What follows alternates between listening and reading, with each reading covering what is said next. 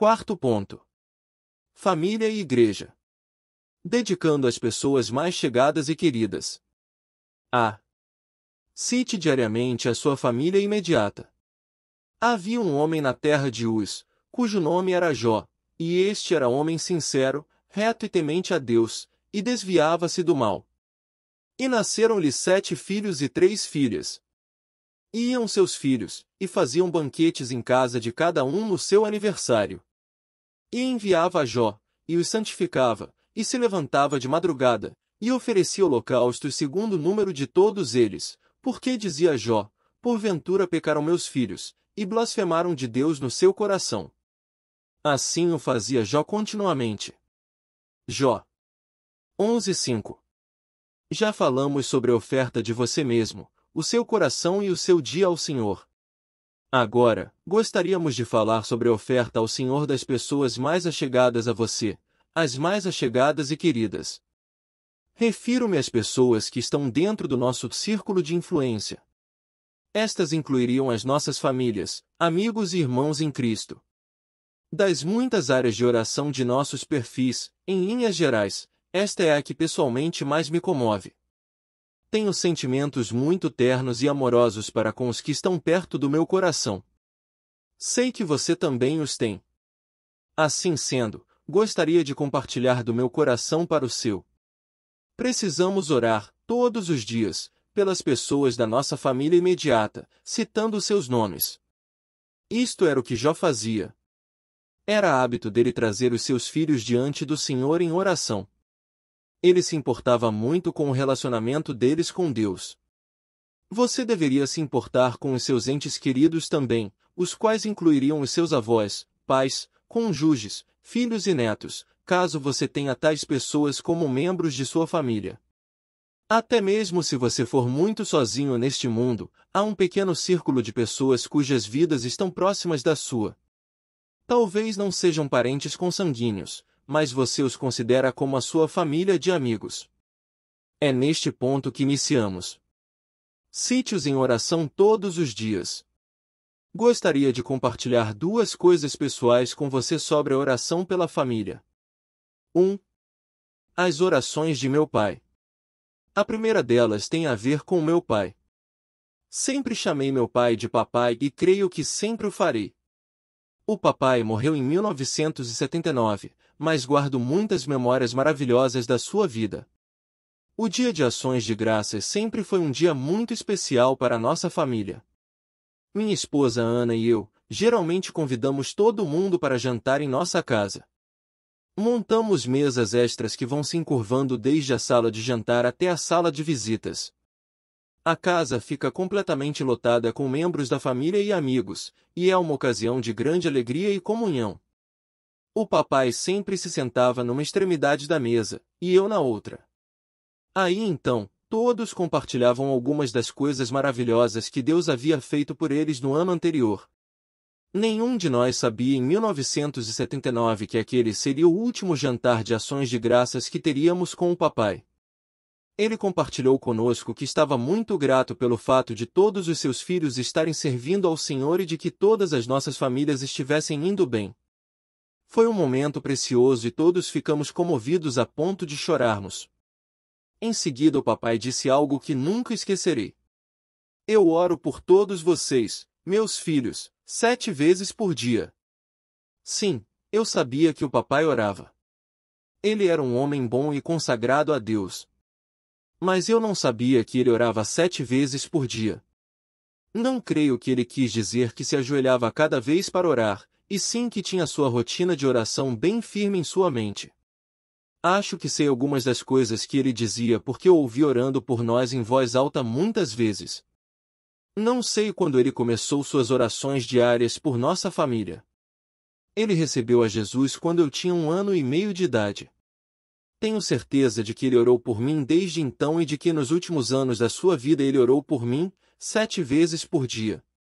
Há uma razão pela qual você e eu temos sido tão ricamente abençoados por estar em comunhão em Cristo. É a seguinte: a mamãe e o papai eram pessoas de oração e estamos colhendo os benefícios da fidelidade deles. Que eles possam servir de exemplo para todos nós.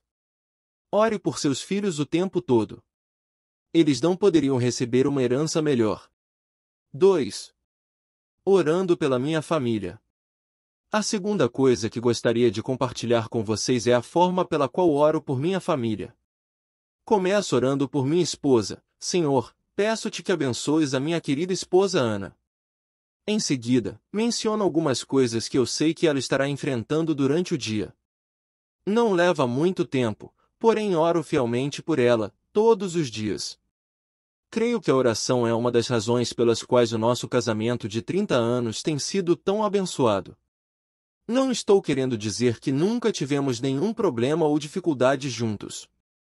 Sim, tivemos.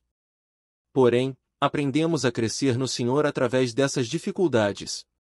A oração diária fortalece o relacionamento matrimonial diante de Deus de uma forma linda, porém poderosa. Ore pelo seu cônjuge. Aí então oro por Beck e seu esposo Scott. Beck é a nossa filha mais velha e ela me ama muito. Ela e Scott estão envolvidos no trabalho pastoral. Eu a vi há cerca de 2 semanas atrás. Ela abriu o seu coração e compartilhou comigo algumas das coisas difíceis por que estavam passando. Aí ela veio em minha direção, abraçou-me e chorou um pouco. Fiquei contente de poder orar com ela. Tenho orado por ela há mais tempo que qualquer um dos outros filhos porque ela é a mais velha. Ela realmente ama o Senhor, o seu marido e seus filhos. Ela me é muito querida, como também toda a sua família. Oro muito por eles, todos os dias, mencionando os seus nomes. É uma família encantadora e eu sou um pai muito orgulhoso. Contudo, coisas boas como esta não acontecem simplesmente. Deus faz isto quando nós, na qualidade de pais, oramos fielmente. O Senhor dirigiu um de meus filhos para o campo do ensino. O treinamento de jovens é um chamado sublime, e as nossas escolas, por si só, são campos missionários. Em breve ele se casará, e também oro por ele e por sua noiva todos os dias. O nosso outro filho e sua esposa estão se preparando para o ministério. Desde agora, eles já têm o desejo de ajudar em uma pequena igreja que quase se extinguiu por falta de liderança. Admiro o zelo e a fé deles e os apoio calorosamente com o meu amor e minhas orações. A nossa quarta filha, Christy, tem 16 anos de idade. Cerca de uma vez por semana caminhamos juntos e ela me conta os seus interesses e problemas na escola. Agora, uma coisa é certa, ela tem um papai que ora diariamente por suas necessidades pessoais e atividades escolares. Aí então oro por minha mãe, minha avó, e outros membros de nossa família que estão perto do meu coração.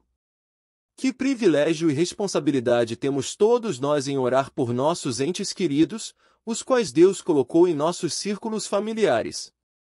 B. Estenda-se aos outros familiares e parentes. Não te escondas da tua própria carne. Isaías 58:7. Eu não compreendia o que este versículo significava quando o Senhor o colocou em meu coração pela primeira vez, há cerca de 15 anos atrás. Ele simplesmente me disse que todo o capítulo 58 de Isaías seria vivificado em meu futuro ministério para ele. Passei a compreender que, a tua própria carne, significa os nossos parentes consanguíneos logo após a nossa família imediata. É realmente um círculo muito maior. Para mim envolve as 2 irmãs vivas do meu pai e seus filhos, meus primos. Eu não orava por eles, e nem ao menos pensava neles. Só recentemente foi que se tornaram participantes do meu círculo de oração. A minha esposa Ana é uma entre 9 filhos. Através dela, tenho mais de 25 sobrinhos. Muitos de seus nomes eu nem mesmo sabia. Eles nunca faziam parte de minhas orações. Eu achava que havia casado com a Ana, e não com a família dela. Eram agradáveis de se ver de vez em quando, mas além disso, eu ficava feliz por ser deixado no meu canto. Não é que eu não gostasse deles. Eu simplesmente não queria ter de pensar neles. O nosso relacionamento era educado, porém frio e distante. Nos primeiros anos do nosso casamento, Deus começou a lidar comigo sobre as minhas atitudes para com os meus parentes mais afastados. Eu não deveria esconder-me da minha própria carne. O amor assume com alegria a responsabilidade maior de oração pela família que vem com o casamento. O Senhor mudou meu coração e agora não somente estou aprendendo os nomes de meus sobrinhos, como também estou orando por eles. É verdade que não posso orar por todos eles diariamente, como faço por minha família imediata, porém oro por eles semanalmente. Desta forma, não me canso nem fico exausto com um fardo que Deus não me deu. Não conheço os detalhes de suas necessidades, portanto, a oração específica nem sempre é possível. Contudo, posso lembrar-me deles diante do trono de Deus, citando os seus nomes. Aí então, o Espírito Santo pode orar através de mim por eles. Se alguém precisar de uma oração urgente e especial, tenho a sensibilidade para prontamente assumir esse fardo segundo a direção do Espírito. Desta forma, a minha vida de oração pode permanecer renovada e viva, e pode ser uma força poderosa para o círculo de nossos parentes e familiares mais afastados. C. Lembre-se da família do Pai. Coloco-me de joelhos perante o Pai, do qual toda a família nos céus e na terra toma o nome. Efésios 3, 14 e 15. A família do Pai é a Igreja. Como oramos pela Igreja? Antes de tudo, oramos pelas pessoas que constituem a congregação da Igreja. Isto é diferente da oração pelos programas ou atividades da Igreja. São importantes e deveriam ser sustentados por nossas orações. Porém, sem as nossas congregações, não teríamos nenhum programa. Assim sendo, é importante orarmos pela família da Igreja. Estimulo e digo à nossa congregação que cada vez que agradecem pelos alimentos, eles deveriam também dizer: Senhor, abençoa também a nossa Igreja. Isto não é uma oração egoística. É simplesmente dizer que fazemos parte de uma família eclesiástica e juntos queremos a bênção de Deus. Estamos cientes de que assim como estamos abençoando os outros, semelhantemente eles estão nos abençoando também.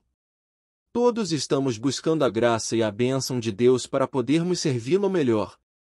Há uma outra maneira de orarmos pela família do Pai. Isto envolve o nosso círculo de influência dentro da congregação. Refiro-me às pessoas com quem entramos em contato em nossa vida na igreja, como por exemplo, as pessoas do seu grupo familiar, ou com quem você trabalha em alguma outra atividade da igreja. Gostaria de compartilhar com vocês algo que aprendi com um irmão mais velho na nossa congregação.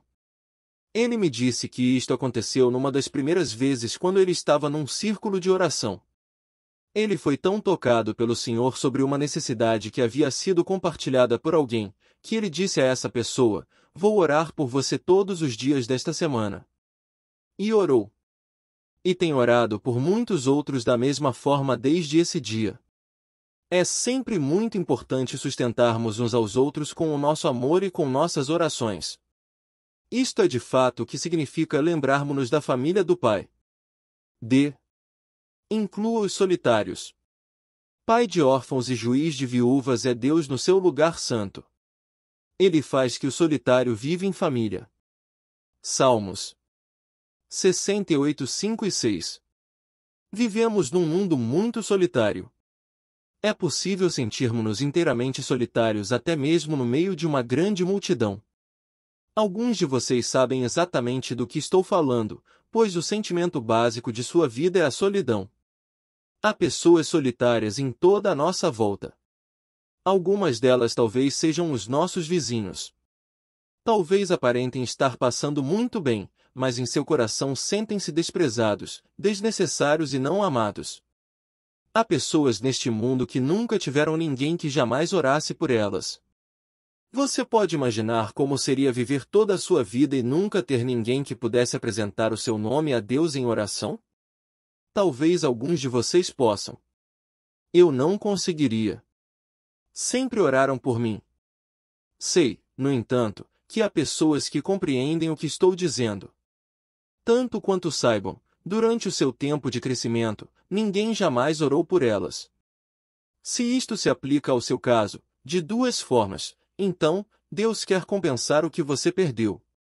Primeiramente, Ele quer que você saiba o que significa ter pessoas em sua família no Senhor que o amem, que se importem com você e que orem por você. Aí, então, Ele quer dar-lhe um ministério especial na oração para os muitos solitários e desprezados que Ele trará no seu caminho. Aliás, Deus quer que todos nós estejamos alertas pelas pessoas que Ele quer que adotemos em oração. Todos conhecemos pessoas em nossas vizinhanças, igrejas, escolas ou trabalhos que parecem ser solitárias. Às vezes parecem ser um pouco estranhas ou diferentes, e aparentemente não se encaixam bem com as pessoas ao seu redor. Por este motivo, são simplesmente deixados a sós ou colocadas de lado. Talvez queiram relacionar-se com os outros e serem calorosamente aceitas, mas não sabem como agir ou corresponder bem.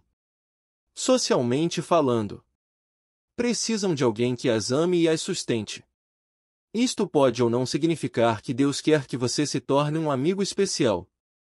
Mas você pode sempre adotá-las como pessoas solitárias que Deus quer estabelecer em sua família através das suas orações. Vou contar-lhes o que pode acontecer em seguida. Você descobrirá que começa a amar e a se importar com essas pessoas. Deus colocará em seu coração o amor que está no coração dele por aquela pessoa. E o amor tem um jeitinho de querer alcançar e tocar as pessoas solitárias e machucadas. Isto foi visto claramente na vida de Jesus quando estava aqui na terra. Agora, através da graça e do poder do seu Espírito, as nossas mãos podem tornar-se as mãos dele. Tornamo-nos a família onde o Pai estabelece os seus solitários.